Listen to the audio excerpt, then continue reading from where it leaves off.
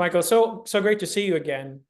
I You as know well. the session a week or so ago, I think was very well received. Can't wait for a part two, which is going to focus on best practices and some of the mistakes people are making when they're looking for a job while not currently being employed as a CISO, whether they took a sabbatical or there was a riff, or for one reason or another, they're not currently employed, but they're looking for a new position.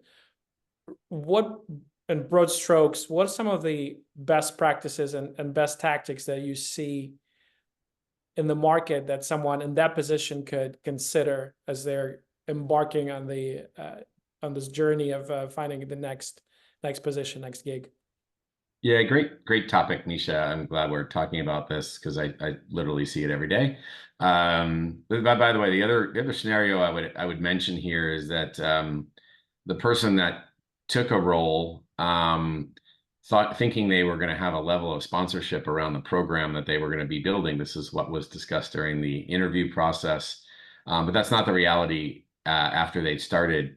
And in many cases, they leave without having accepted another job. So it was a very short stint. Mm-hmm. Uh, and it's not as though the company kind of tanked financially between the time that they started and the time that they accepted and the time they started. It was there all along, and so the signs were there. I actually had a couple yesterday that I was dealing with, just listening to, and it was kind of sad. It was sad that they never really had a shot. And the signs are there for me, but it's hard when you're an interviewee, kind of asking these. So I do want to add that scenario because that's a really big deal right now. I guess the other thing I'd say is I'm kind of hesitant to use mistakes, right? Like these are these are things that people they could be doing better. In fact, I would categorize it as things still not being done, things that you can use to move forward, and behaviors you should be aware of versus using mistakes, right? Because um, often they don't really know what the wrong thing is, and no one's really kind of showed them and taken them aside and had that conversation. These are uncomfortable, sometimes emotional things that are hard to deal with, hard to tackle. There's most of the time there's some sort of family element that's influencing or distracting, and sometimes desperation comes into play, right? And so I think it's just a really hard topic for some. But on that, I guess the way I categorize it is like the advice of things still not being done is kind of one of my favorite ones. So back to my scenario that I gave.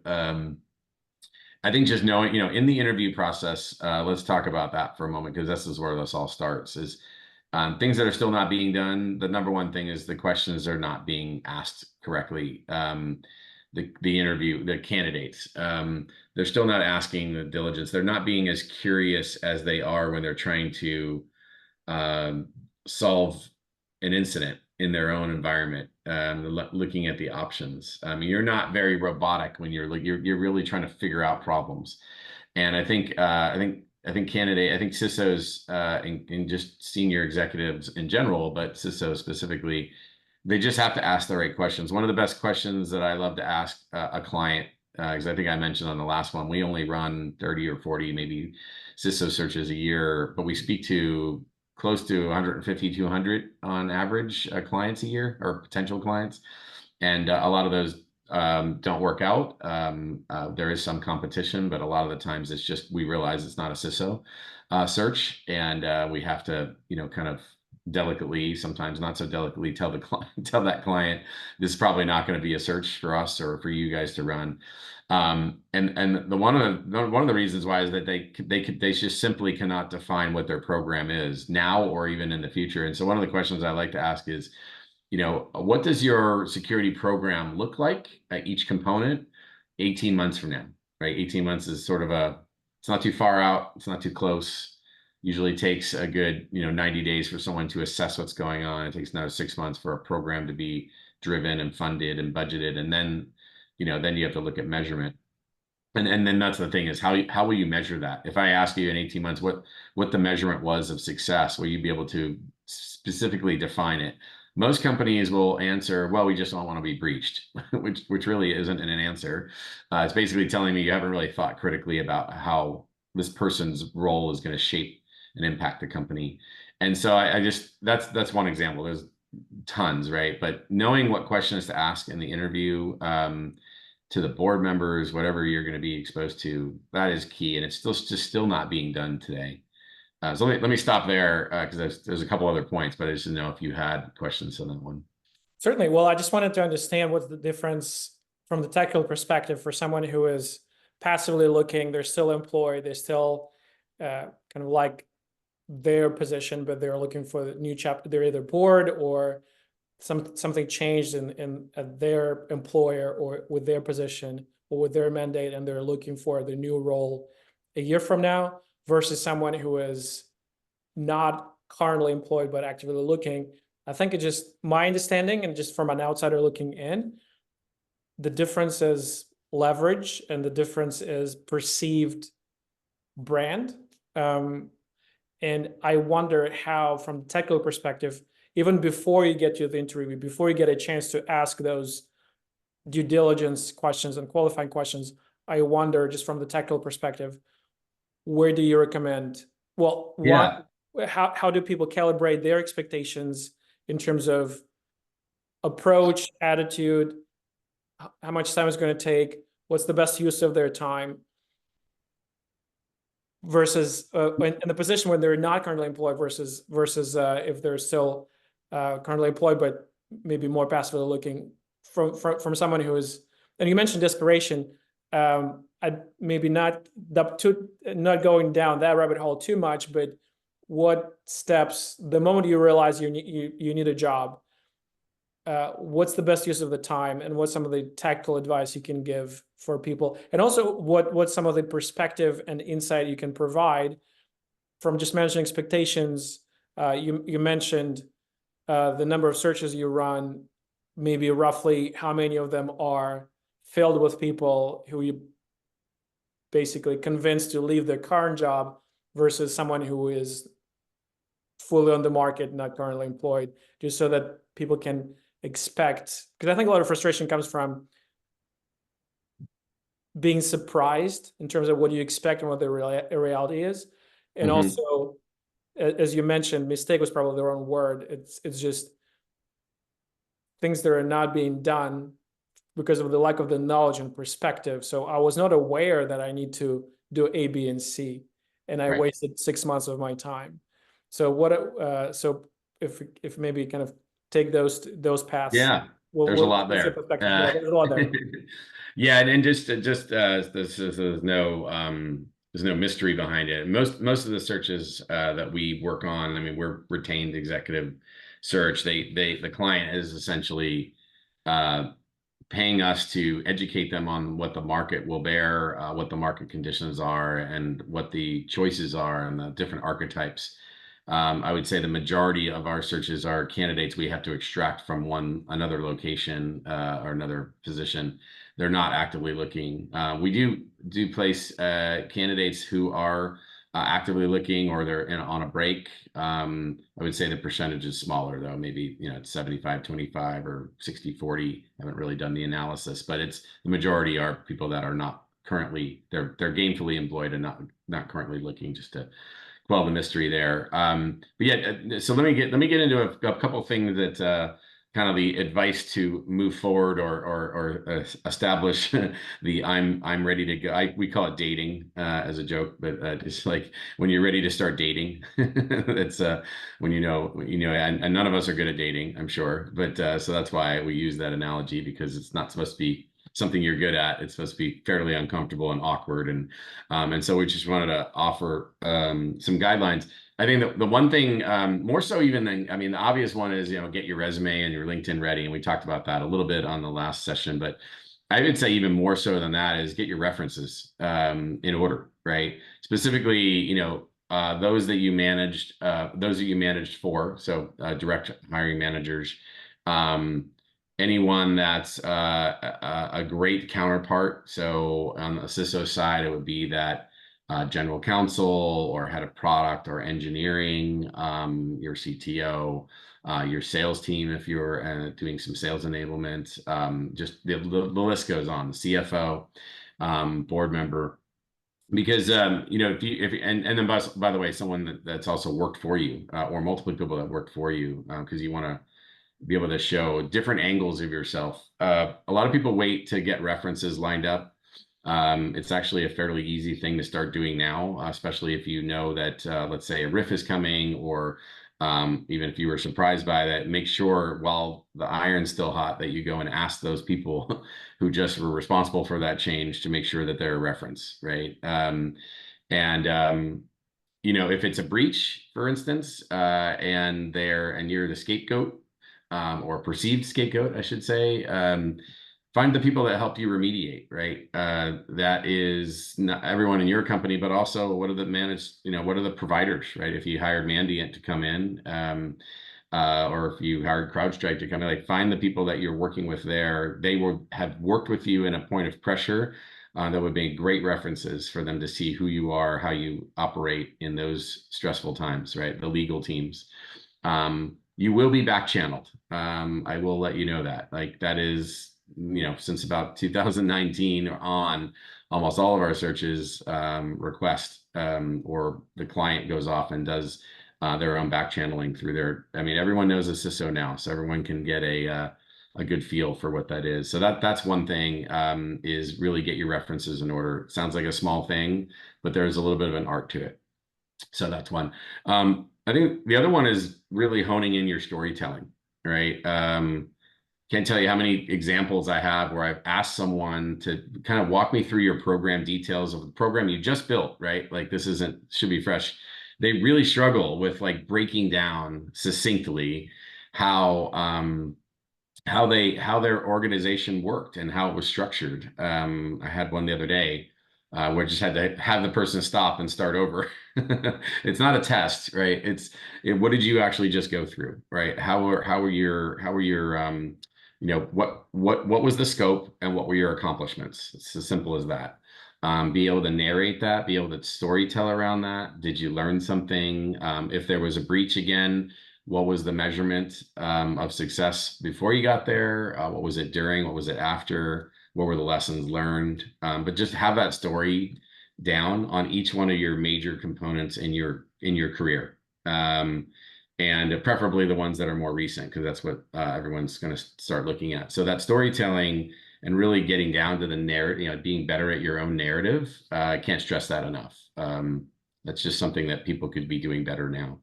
I think the final one, and for me, this might sound obvious, but maybe for others it doesn't, is know what you don't want before you go into that process. So you're waiting to get back into the market. It's pretty easy to overextend the lines of what you would be willing to take versus what you actually don't want to take, right? If I'm saying that right. Your job as a job seeker is hard enough, but there's some external forces and emotions that get in, be like, I could do that, right? Like, no, don't settle, right? Because that's only going to come back to bite you. Just understand what you don't want. Is there some kind of scope or reporting structure or compensation or industry or whatever it is? But know what you don't want. A lot of people ask, what do you want to do? It's the wrong question, in my opinion. What I want to do is a lot of things, but what I don't want to do is actually a much smaller list. And what I see a lot right now is I see a lot of these, you can call them mistakes, but just like miscalculations, right? They were not excited about the company. They were not excited about the scope. They were not excited about the reporting structure, et cetera. And they allowed themselves to be out on the market available for dating, right?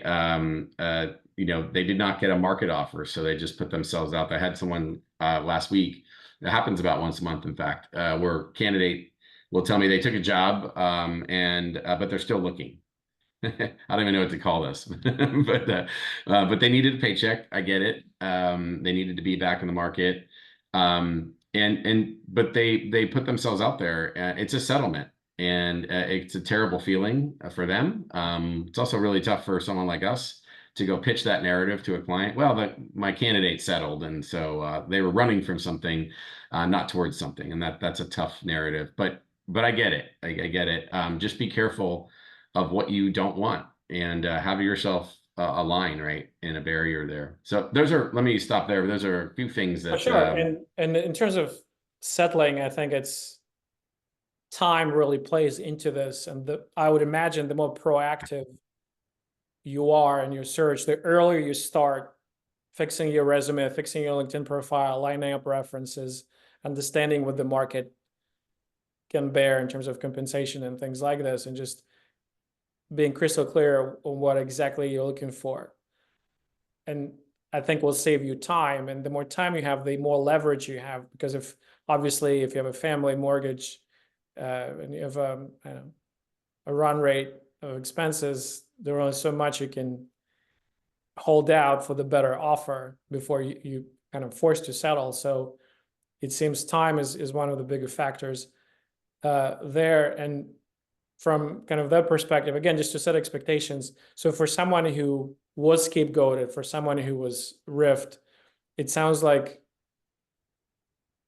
the window of opportunity is even smaller than for kind of the general for someone who is not actively looking, but who potentially be a good candidate for one of your searches. Just to set expectations for someone who is in that position, riffed or scapegoated. In terms of the time frame, how long on average, or just anecdotally, how long a job search would take if someone starting on, I don't know, they were surprised by a riff, they're starting on Monday, roughly how long should they expect to be looking? And in other words, how much of a runway in terms of savings or what have you they should keep in mind of when they can be gainfully employed in a similar position? Yeah, good question. I mean, I'd say the average search is somewhere between 7 and 9 months. Oh, Our wow. searches take about 120 days. So if you work backwards, if you and I were to talk about a search right now, maybe you start the search on July 1st. You're not finishing it until the end of September, really. So think about it that way. If you want to work, and we're pretty quick, right? I'm not saying we're the fastest, but we're pretty quick because it's all we do. But yeah, no. So I'd say a 7 to 9 month window. I mean, you have to also remember that hopefully, if the company that just did this is not an absolutely terrible company, that there is some sort of 3 to 6 month window of your not expenses, but your coverage on healthcare and probably a cash lump sum or something that came along with that riff. Some people volunteer for the riffs for that reason. So yeah, but it's a pretty long period of time in today's market. I would not have said, somewhere between 2019 and 2021, it would have been this time. If you're a qualified CISO in the market, you're probably looking at somewhere between 4 to 6 months, maybe a little bit even less. But right now it's a little bit more extended just because the supply outweighs the demand. But that's kind of the timeline. I see. Um, I yeah. On the note of breaches, by the way, I mean, there's some behaviors I can go through that you should be aware of, specifically to breaches, but because I see a lot of this, if that helps, I can walk through that. Sure, absolutely. Yeah, I mean, I think breaches have changed. Like I'm saying breaches, I'm saying the view of you being part of a breach, being a scapegoat, being part of that.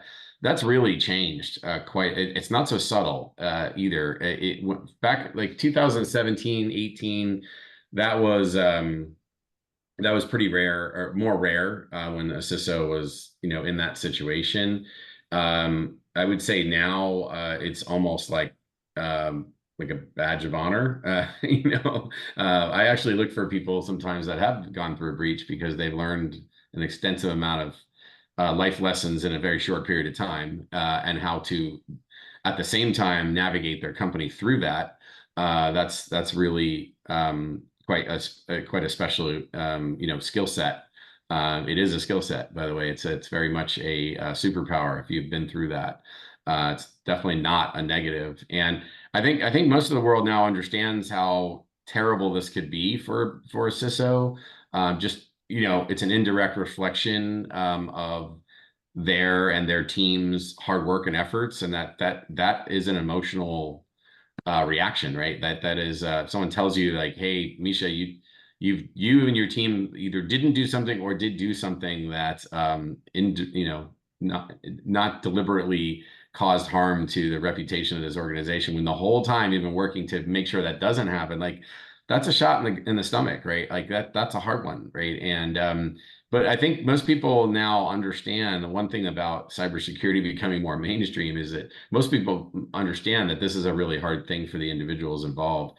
And I think it's really important for people to understand that one incident or one event does not define your life, does not define your career. I think a lot of people don't see it that way, and that's sad. It's sad to me that because in just about every case, these things were out of your complete control. And there are some CISOs that sort of flip out, and that's sort of the behavior that I want to be cautious of, right? Like, I think people understand, people are a little bit more empathetic, most people. So just be aware about how you carry yourself outwardly, what you're saying publicly, within the community. There's some griping, and I get it, it's emotional, but there's sometimes it's a little overboard. And so that's just one behavior I would be aware of in and around breaches, just because it's becoming more common, and it, quite frankly, is a badge of honor. So Interesting. just one point to make there. I think also that's if you're breached by a state actor with a 0 day, it's one thing. But if you spend your time investing in AI shiny pennies and forgot uh, to enable multi-factor authentication, so it's a little bit different. It's a little bit different story. Yeah, I mean, if you read through the transcripts of everything, there's always two sides, right? And look, CISOs are influencers. They cannot possibly control everything in an environment. You have third parties, you have acquisitions, you have just a litany of your attack surface is super fluid. And so I think the expectations on CISOs is overwhelming, and I think you do the best you can with what you have, right? And that's really the end of the day, and be able to tell that story, right? But don't Certainly. dwell on it, right? A Certainly. lot of candidates I talk to who are out of work or were involved in some sort of incident or riff. They're definitely there's a lot of ho hum going on, right? And I get it, like it's super emotional, right? But they just need to kind of keep moving in the right direction. There's a couple things that I would recommend people don't do. You can call them mistakes. One of the biggest ones is just kind of switching gears for a moment, but one of the biggest ones is that people that are out of work or soon to be out of work, they put all their eggs in one basket, and focus their entire effort on job postings, right? The job postings are out there, they exist. But if you're, not to pick on LinkedIn for a moment, but I'm going to pick on them because there's what everyone uses, right? So in LinkedIn, like it's changed our lives forever, right? It's changed my life. I'm thankful for it. It allows me to go out and build organizational structures without having to talk to anyone. I can see where the pieces fall in. It's really kind of fun to do that. Um, but it's super oversubscribed, right? There's entirely too much competition. If you're a CISO, 700, 800, 1,000 resumes being sent to these jobs. Most of these jobs have a much higher rate of being unqualified, like 8 out of 10. We know that because we talked to them before they post it. They're the ones that called and said we were looking for a CISO. Not all the time, of course, but there are plenty of examples. There's probably 5 or 6 right now on LinkedIn that we talked to, and I'm sure my competitors talked to too, before they went off and did it on their own. And so we know that they're not qualified roles. This is why we didn't take the role on, or why they didn't agree to work with us, as we basically told them it wasn't a CISO role, it was something else. And but the job description looks great. Looks like a Swiss Army knife of everything that they've ever wanted to do or everything they could have done, all in one page. But it's not really the reality of what's going on, and so it's hard. It's hard as a person looking at it two-dimensionally to figure out what's going on. but that's a big one. And then sometimes it's just a formality. Sometimes it's not even a real role. Big public company has a requirement to post. Well, spending $150 to go post it is a pretty low risk. And plus you're going to get a nice network of candidates for future if you need to And it's use that. actually it's interesting that you mentioned that because I recently what's what we're hearing from our network. Yeah. Also that I saw someone post must be LinkedIn as a source, and it's actually a source of frustration for a lot of people because they apply for those jobs and they don't hear back. So, and Yeah. what we see is that maybe it's a job they already have an internal candidate, but for compliance purposes, they need to have a public posting. So they never intend to. It's not a real posting. It just to check the box that they kind of sort of offered it to the open market, but they already have a person earmarked for this role. Another reason is they the job the position is not real, but they want to keep people on the hook for a job that may come up 6 months from now, 12 months from now. They already have a pool of people that can reach out who previously expressed interest. So it's a little bit Yeah. uh, There's a lot going on there. there's that, and also and the third one, which I didn't think about this for internally for people who may feel overworked if they see a position opened for less money that they all of a sudden they don't feel as bad about their situation inside the company. So there's a lot of those things going on. Mhm. So to your point, probably not a good idea to put all bags in one basket, meaning only look for openings on LinkedIn and apply to them. But with this in mind, what other venues would you recommend? Because again, time is probably the most important resource for someone who is actively looking for a Yeah. job. So that you mentioned 7 to 9 months.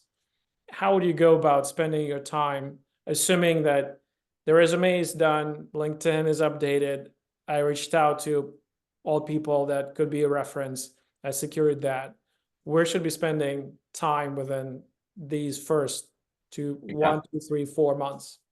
Yeah, developing your network. But let me before I even get into that, the last point I want to make on LinkedIn, because this is kind of an important one you just reminded me, is that look, the level of engagement that you're and communication level that you're going to get on LinkedIn, it's intended to be sterile, right? It's intended to be impersonal. I have a lot of people like, I'm just getting a really impersonal response back. Yeah, you're supposed to. That's how this works, right? Like they're not trying to get to know you via LinkedIn. So just be aware of that. Like I think people get offended. Like I got this really like sterile response back. Yeah, it's automated. That's why, right? So you'd be lucky if it's a human at this point. But like I just want to make sure people are aware of that because they're actually surprised by the lack of like, yeah, you're not. It's not like some like exclusive club that you're going into that you're like we're talking Well, about it's millions to and your millions point, of if people. someone who was married for 20 years and now they're divorced and actually dating, then they just Yeah, realize it's a completely different ball game, and it's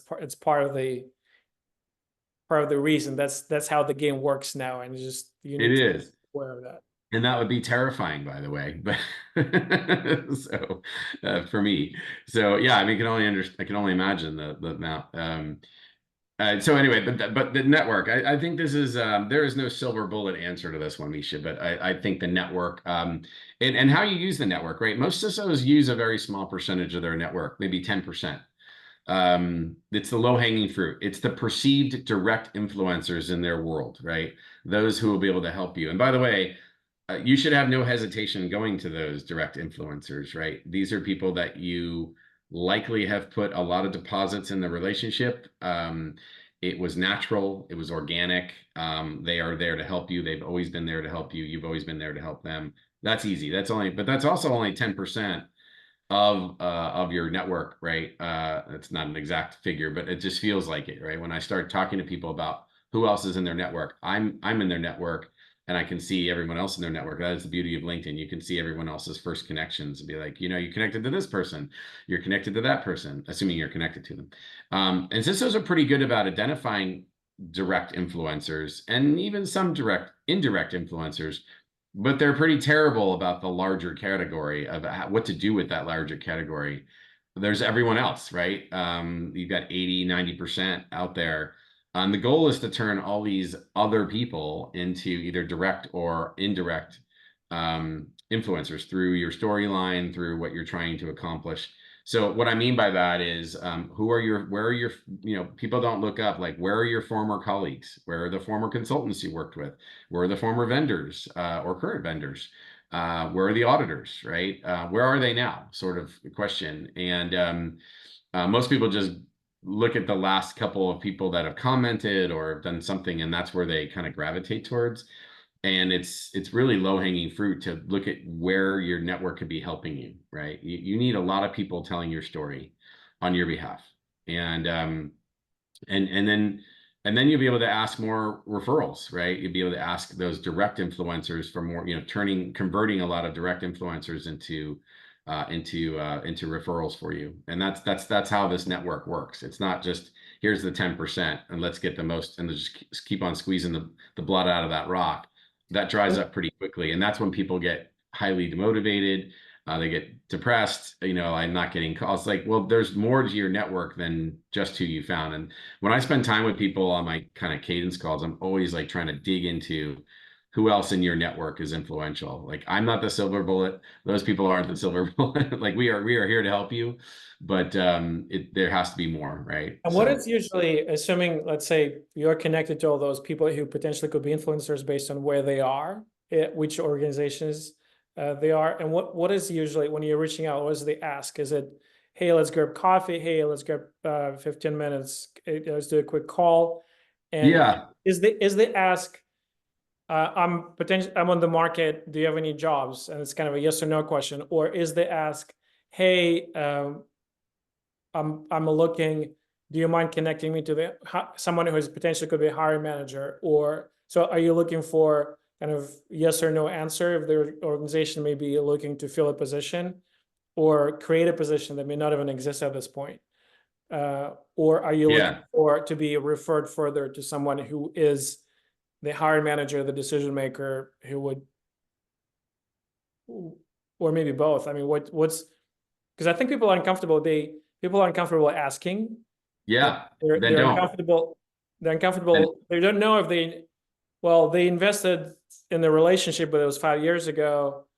Do they even remember who I am? And they just asking is just, for a lot of people, it's a very, this fear of rejection is real. And it's uncomfortable for especially for someone who has not exercised this muscle. It's and also if you force yourself to do it and you get rejected, that kind of it makes it even more difficult. So I guess the question is two questions. One is what ask you put out there, and two, what's the best way to stack up the first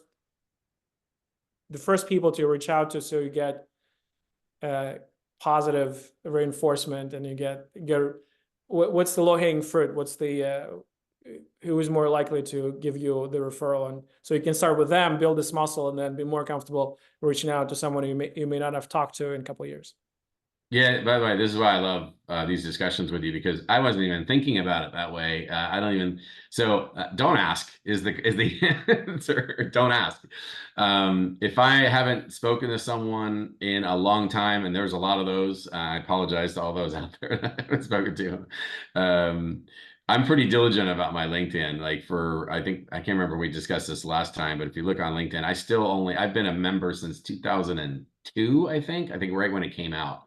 And I still only have like 6,000 over that, but not too much over that, 6,000 or so connections. Like, I'm pretty particular about who is in my network because I actually want to be able to connect with them. By the years, that's what, 22 years of being on LinkedIn. You would think it would be tens of thousands, right? That's the opposite for me. I'm not saying you should do what I do, but the point is, don't ask. I want to go to someone I haven't spoken to for a long time. I'm asking them if I can do something for them, not can they do something for me. That's the difference. I didn't even think about it that way. Hey, Misha, I haven't talked to you in a while. market. I'd love to hear your perspective on the market. But is there something I can do for you? I notice you're here and doing this. I just did this project for my previous company. And in the course of that conversation, that's when it comes up that, by the way, I'm looking for a new opportunity. I think I'm going to be driving, this narrative for a little while. But I'm happy to help you out, do some free advice, free consulting. You want to partner up on something. That's how I approach people. I'm always approaching looking for the deposit, not for the withdrawal. And but if you think that if what you're saying is that's the natural inclination of like, can you help me? I think that people are going about that wrong. I think it's what you said it took me decades to realize that's what networking is about. And I think Yeah, some people still think they still think of networking as finding angles to use what use can I get out of that person. exactly. That Which comes. is That which comes. is When I walk into a room and there's a group of people, the first thing I say is like, how can I help each or be of value to each one of the people in this room, right? They're not all CISOs, by the way. It could be a variety of things. Like what I want to listen to them. I want to learn from them. I want to hear them out, right? Like I'm not asking anything for them for 3 or 4 meetings, right? If that. And it's not even that orchestrated. It's just sort of naturally when it happens. But anyway, that's something that I think is fascinating that you brought that up because I wasn't even thinking about it that way. So thank well, you. because you've been exercising this muscle for many years, I think. But for a lot of people, they're they look at their connections and they're trying to figure out what can this person or that person do for me. But it's clear that after you pick the low hanging fruit, you fix your resume, you fix your LinkedIn, you reached out to someone who can be a reference, figuring out how you can help, even though you're not gainfully employed, by still wearing this networking hat of how you can add value to someone, and even realizing that they may not even help you, they may not, and not offering something and asking for something in the same breath. I think Hmm. just making sure you make deposits over a period of time before you actually build enough this relationship balance that you can ask for. Yeah, and don't forget, like you have a super unique skill set and experiences that people don't. People remind me of this all the time, but I think you just reminded me. Like it may just be common knowledge for me, but for everyone else, this is kind of a new muscle. I don't. I actually forget that a lot. So I do it every day. But like same thing as a CISO. If you're going to give someone advice, you probably know more about that topic than 99.9% of the people in this world. And so approaching someone and saying, hey, can I help you? It's just like they'll be like, yeah, gosh, I never wanted to approach you before because you were so busy. But yeah, I'd love to get your advice on this. Or I have a friend needs some fractional CISO work, and they're not ready to hire. Like, would you be willing to do that? Sure, yeah, I'd love to help them out, right? That kind of stuff is gold, right? And I think CISOs in general are just ready to get to the next CISO role, and I get that. But you have this incredible skill set that no one else in this world has. Try to use it, right? Use it to help people, and I think the networking will come a lot more naturally. So, Certainly. Well, I guess I know to be conscious of time, and Michael, sure. I really appreciate you providing this extremely valuable insight. And I want to go back to something that you mentioned in the beginning, that it takes 7 to 9 months from start to finish. Let's say, and it's a journey, right? So, and how do you suggest, and how do you see people think about at what point to start thinking about alternatives? If I'm on month 6 and I only had a handful of interviews and they didn't go very well, I didn't get to the second, third round, and I'm starting to reassess my chances of getting an interesting job as a CISO or VP of information security or what have you. How should people Yeah. think about balancing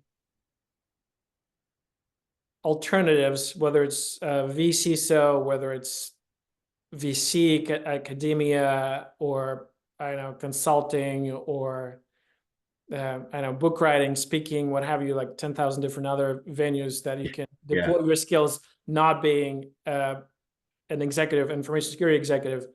At what point should people start looking and exploring those other venues?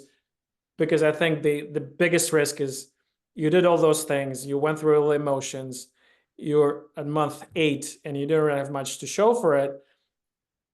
What should you have done at month 5, not to be pressured, not to be desperate enough to take a role that will burn you out, you'll be frustrated and leave in 3 months?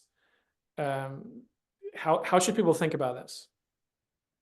Yeah, that's a good question. I'm not sure that I have the greatest answer, other than I will say that that decision on looking at options, I think needs to start on day 0, really. Not day 1, not day, 400 or whatever it is, or 200.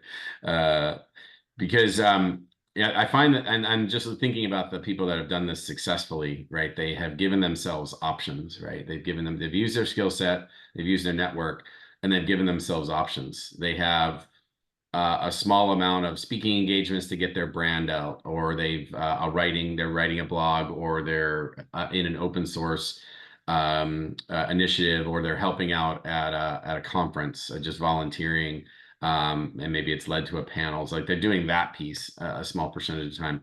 They are getting themselves acquainted to a schedule that involves figuring out how to network to get themselves in position for the next CISO roles, to be able to apply to get those back channels and side channels. The front door is closed right now, right? I think we can all agree with that. Going through LinkedIn, your chances are 1 in 100, right? If on every search that you apply to. So you have to figure out where the side door is, and using your network to get in there, get direct introductions to the HR or to the hiring manager. So spending a lot of time doing that, but also looking at other alternatives like board advisor roles or vCISO, fractional CISO roles. I mean, there's a lot of people that have just gone and done fractional and vCISO roles. There's nothing wrong with that. I think that's great. You're using your skill set, you're staying relevant, you're getting paid, hopefully. You're driving a program forward. It's just more experience. But I think you need to think about that on day 0. It cannot wait. You got to think about your search as a program. What are the options? Think about your search as a way to better, your skill set today. Like, you should come out of your search more organized and more experienced than you went into your search, is the way to think about it, right? You should be learning something during this search process. For sure. And you should be honing your skills. The only way to hone your skills is actually be doing it. So find a way to do it. Get yourself in a position to do it. And again, that's not the most that's not the greatest fluid answer, but that's what I see. The successful ones that I work with are immediately like, I go, what's your plan? And if your plan is, well, I'm going to go, get up every morning and apply to every LinkedIn post that's not a plan, right? That's a thing, right? It's one of the 10 things you should be doing. But if your plan is, I'm going to spend X amount of time doing this, I'm going to talk to my friends about some vCISO work, I'm going to talk to my board friends about this, I'm going to try to get into, like, they can go through 6 or 7 actions. I'm like, okay, that's starting to sound like a plan. Like, where can I help you now? What can I be doing? Right. But So also, if you do look at those options, like those options, gives you leverage. absolutely. If you have 3 or 4 vCISO roles that you weren't expecting, and someone comes along with a position that is missing on X, Y, and Z, the thing we talked about earlier, the settlement, you're probably not going to be more motivated to take that role. As if you didn't have any of the work, you're probably like, I'll take it, right? And only to call me 3 months later and they're like, yeah, so this happened, right? So yeah, you want to give yourself leverage, give yourself confidence, give yourself in a position to. I mean, again, you have this incredible skill set. Use it. Figure out a way to use it. Call me. I'll figure out a way for you to use it, right? So Sure. that's what I mostly spend my time doing. Micah, do you want to talk about the compensation, or you want to punt it to the next session? We can talk about it the next session. One thing I just wanted to the last thing I wanted to mention is and it's more personal and more selfish, I guess. But like, one of the options for one of the things you should do is call your executive recruiter friends. Hopefully, I'm one of them, and all my competitors, who are amazing people as well. They they we're there to help you. Although I will say, of late, some people make me feel like a concierge service, and I'm not complaining like, oh, woe is me kind of thing, but I'm more like giving warning to the community. Like we weren't waiting for your call to go line you up at the Italian restaurant for a table of two near the window. So we were super busy, super busy, especially during this time. So it's very unlikely that we're going to have, my point is, it's very unlikely we're going to have a job waiting for you. We are here to listen to you and learn. We're also not lawyers, right? A lot of people call us and say, hey, could you get us the language that helps us with this? Like, you don't want to use my language just as much as you don't want to use my coding, which I've taken a few coding classes. Definitely don't want to be doing that. So, but that, we're just, I just want to make sure people understand that, like, anticipating action by calling us with a job, like, I'm not waiting to talk to you about the few jobs that we have, right? It doesn't work that way. I'm here to help you with a lot of other things. And but I will be and I know talking to my competitors, like, this is a major issue for them too. People are calling with their demand list. I'm looking for this and this. And can you send me the jobs that you have? Literally, people send these. Can you send me the jobs that you have that fit that requirement? And I'll let you know if I'm interested. I get one of those a week. And I'm like dumbfounded every time I get one, because I'm like, what were they thinking I was doing? Right? Like, was I just waiting for them to call me? Right? That's not how this works, just so you know. And Oh, maybe some other recruiters. I'm sure you're But probably popping champagne when you receive those, like finally. Yeah. No, but yeah, no, I'm joking, again, right? So you were patiently waiting for an email like this for someone to, it's, yeah. Well, and well, again, I but want to be really clear here. I'm not trying to complain to the community. Like, I just want you to be better at, because if you're doing this to me, means you're doing it to everyone else, and it's super inefficient and it's a complete waste of your time. Because I will get back to you very politely, of course, never, like, but very tactfully. But it's not going to be action filled. It's going to be, sorry, I don't have anything for you. Like, sorry. But I just wanted to mention that there's some behaviors that I think CISOs can look, and look, I get it. Everyone's in a tough time right now. So that was my last one. oh no, but I think that's the beauty of this conversation is that it's going to go on YouTube. It's going to go as a podcast. It'll be shared in our newsletter. So hopefully this message will get across. So instead of every week, hopefully it'll be every other week, and maybe eventually every month, and then they'll stop. So hopefully, but again, Yeah, it's just like voicing those things that the search takes 7 to 9 months, that you only run 30, 40 searches a year. That's, I think it just sets the expectations of what's on your plate at any given point in time, and just the dynamics of the market. So help people calibrate their expectations, because I think a lot of, not mistakes, but omissions, is from lack of information and lack of understanding, which is the purpose of our conversation, is to bring this understanding and to share this knowledge so people are aware of where to spend time and where not to waste time, because I think that's where a lot of yeah, questions come from. Michael. yeah. I don't want the tagline to be Michael Piacente doesn't want to hear from you. That's couldn't be any more. That couldn't be any more from the truth. I do want to hear. I do want to help. I'm here to help. My colleagues, my competitors, we're all here to help.